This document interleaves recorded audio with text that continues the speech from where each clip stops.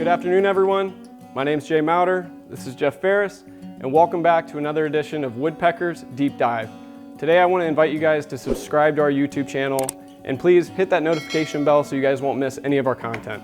Today we're going to be covering all of the attachments that you can put on your Woodpecker super fence to really get the best use out of it. But first we're going to cover a couple questions that you guys asked last week, so Jeff, if you could take care of that, that'd be great. You bet, Jay. We had several questions after last week's episode on setting up the super fence about the alignment of the super fence.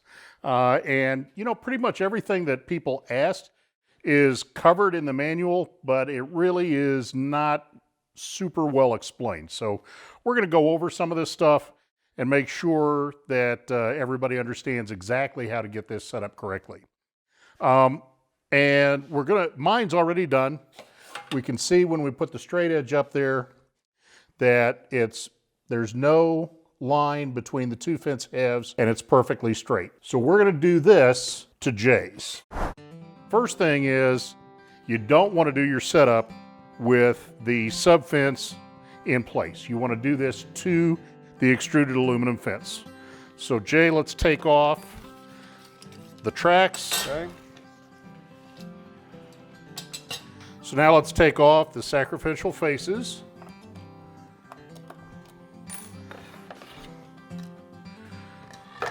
And we want to do that because we want to make all of our adjustments to the extruded fence rather than to the sacrificial fence, because the MDF can absorb and release moisture.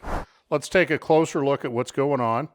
So the part that attaches the vertical fence to the sub fence, this little plate here, and then on the outfeed side we have the adjustable one. And this is really where the issue lies. We have to get these attached to the sub fence exactly so that they position this flush at this point right along here. That's got to be perfectly straight. And that's what we're going to do. So the first step is to make sure that your fence base is straight. Now that's very unlikely to not be the case, but just so we know for sure, take a good straight edge and make sure that your sub fence is perfectly straight. And it is. Okay? Now, the part that attaches the upright, the bracket, we want that loose. And you can see there's a lot of adjustment in there. Okay? And so what we're going to do is take one of our fences, I'm going to put that on. So we're going to lock the fence face to the bracket. Okay, now we're going to bring that back until it's flush against the fence base. And with it tight against the fence base, we're going to lock the bolts that control the base.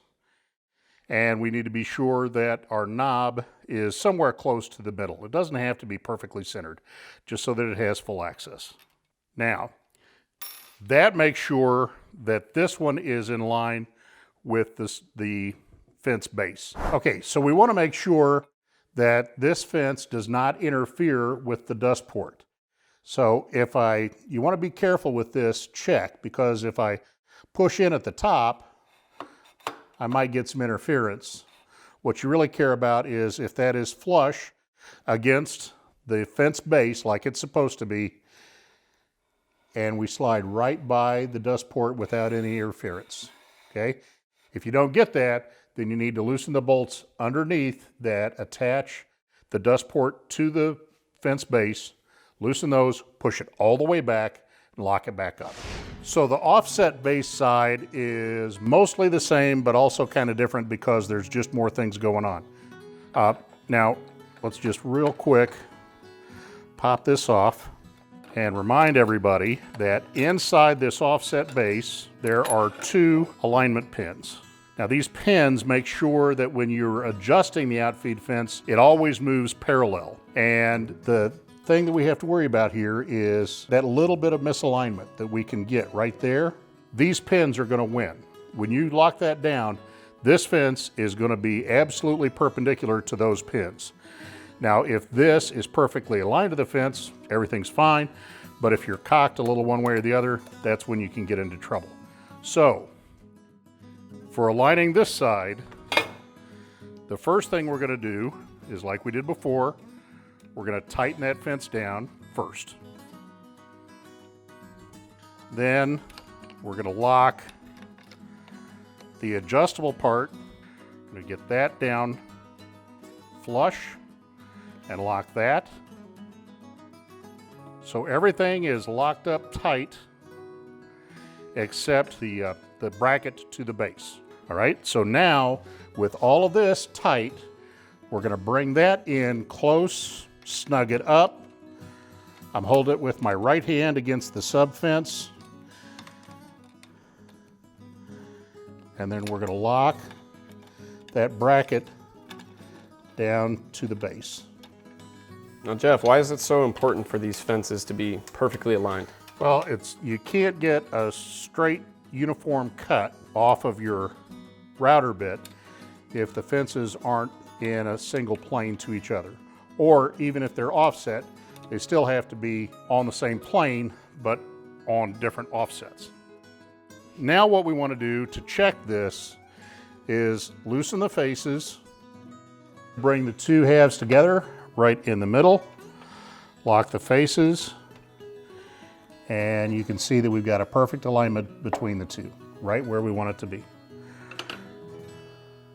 I have a lot of guys that commented talking about their fence not being square. And usually when you get that comment, that's because they're checking it between the plate and the fence, which in this case is right on.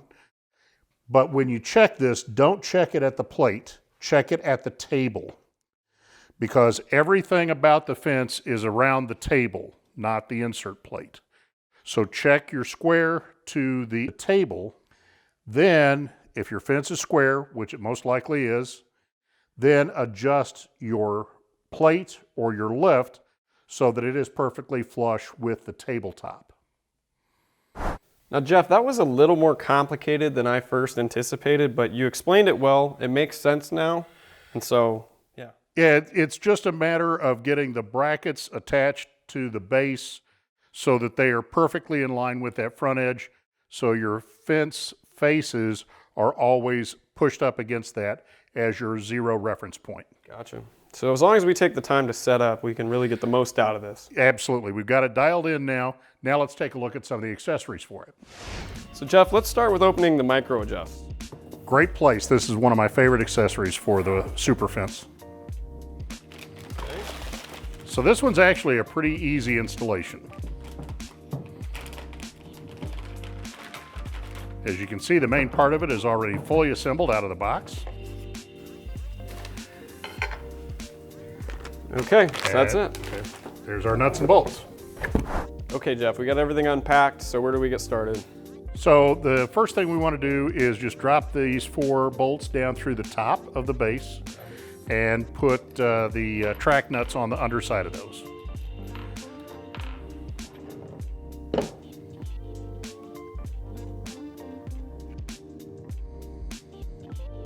Okay, what's next, Jeff? Okay, take these 2 shorter socket heads, put them through the front face from the back.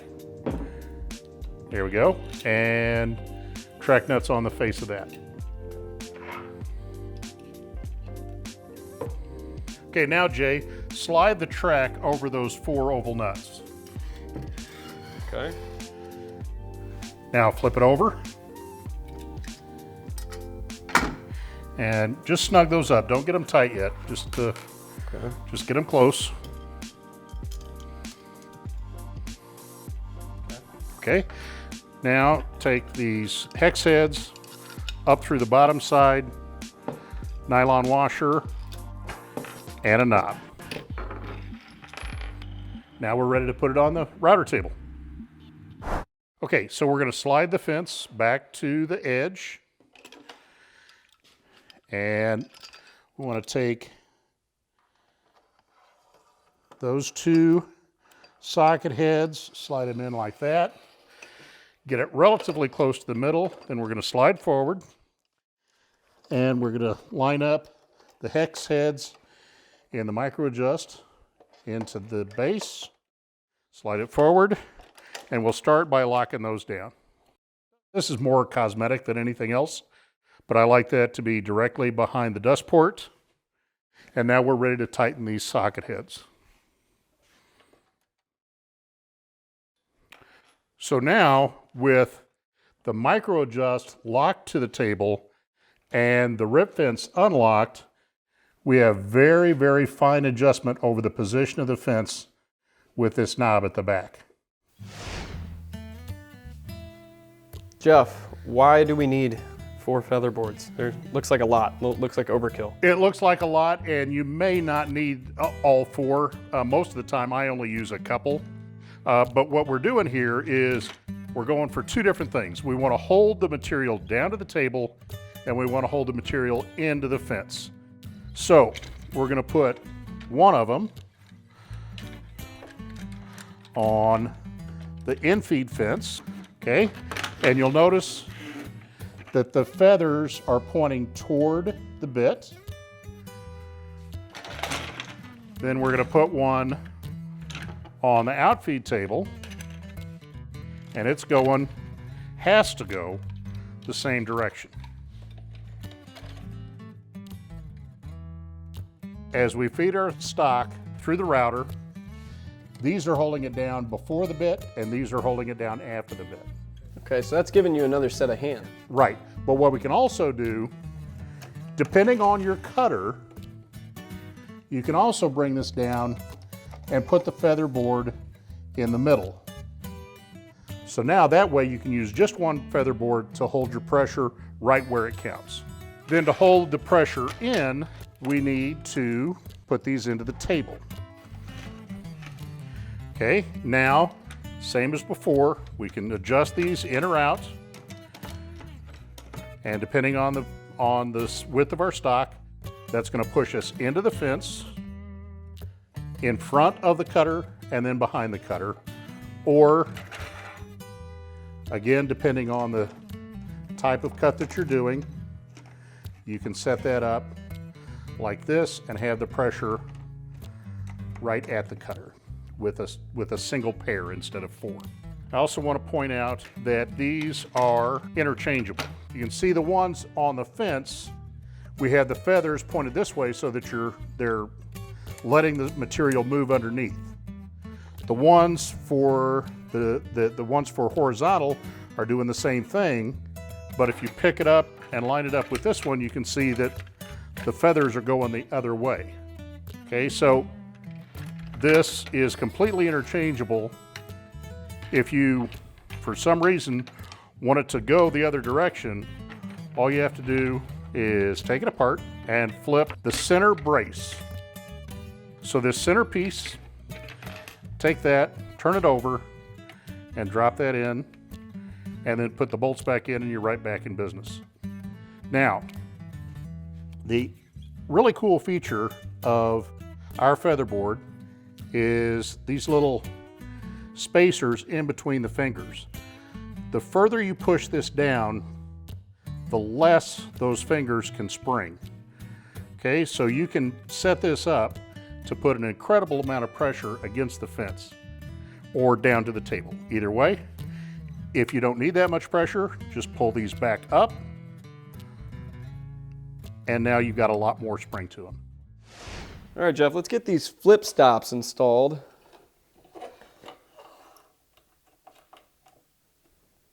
Okay, I think we got to do something else first because that's not adding up. Well, that big space there is just exactly the same thickness as your sacrificial face. Go ahead and slide that on. I think you'll see it's a perfect fit. Okay, yep, now that fits. Right, but you may not always want that on there. So you can see that there's a second hole in this. And just to show everybody what that's for, I'm going to move this one, and we'll see that it also works directly on the vertical face. So we're going to take this nut off and Slip the stop off. Take a little bitty skinny Allen key, slide it through that hole, pop that loose. We're going to move it to this hole. Put our stop on. Nylon washer. So now you don't need the sacrificial fence now anymore? That'll be exactly in line with the regular fence.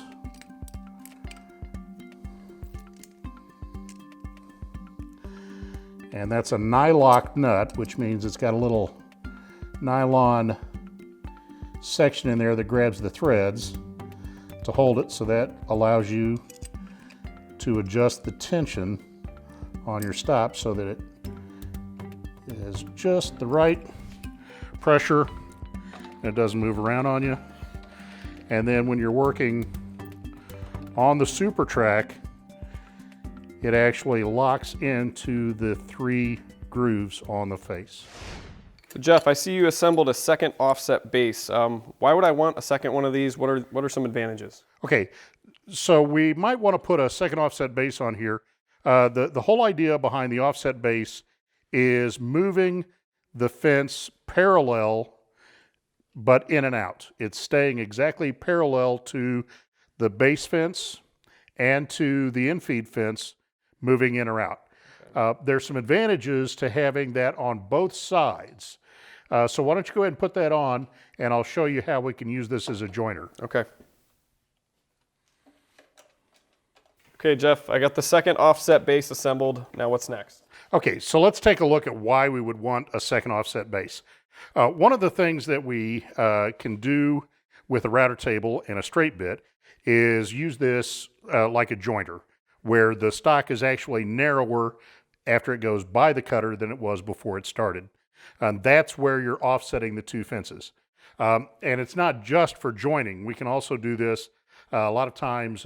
You'll be molding a profile, and the profile will be cutting the full height of the stock. So you have to be able to offset the 2 sides.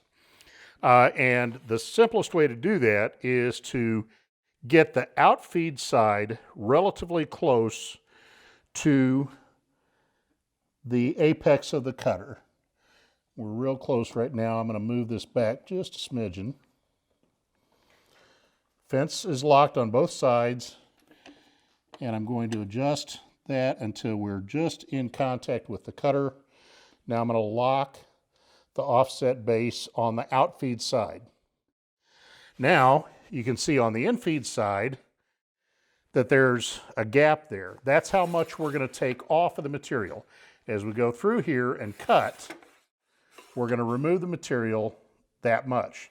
Now, that's a lot, okay? That's probably more than we want to remove in that cut. So by having an offset base here, instead of having to reset everything over again, I can just loosen the offset base, and now I can move that forward so that we're just barely taking a sliver off of that as we go past the cutter. So Jay, you can see that we're set up to just barely take about a 32nd of an inch off this in a joining cut. Wow, that's awesome. I didn't even know you could use a router table as a joiner. Absolutely. It's a lot easier with big, heavy, thick stock. Yeah. And I noticed as well, the micro adjust isn't parallel to the table. Is that something we should be concerned about? You know, the fence isn't parallel to the table either, and no, it's not. This alignment like this doesn't mean anything. We can be at any angle like this. It's all about the position of the cutter relative to the fence. The only time you have to worry about being parallel to the table is if you're actually using the miter gauge track itself. Okay. And that's not going to be very often. So, you know, don't spend a lot of time trying to get that zeroed out. Let's take another look at that micro adjuster too. Let's say we got everything lined up just the way we wanted it, and we aren't parallel with the table, because you rarely will be. It still doesn't matter. Go ahead and tighten that. Okay. Our micro adjuster is going to work exactly the same. Unlock the table, turn the micro adjuster, and the fence is moving in exactly the same plane that it was in before. So if it was offset before, it's going to be offset when you're done. It's still moving in a straight line. That's a very handy feature. So Jay, your router table is fully tricked out now. You've got everything you need to get the best performance out of this tool. Thanks, Jeff. Thanks so much for showing me all these attachments and explaining everything to me. It makes sense, and I'm excited to get this thing home and put it to good use. So all right, that'll be great. Hey, be sure and join us for the next deep dive right here on Woodpeckers.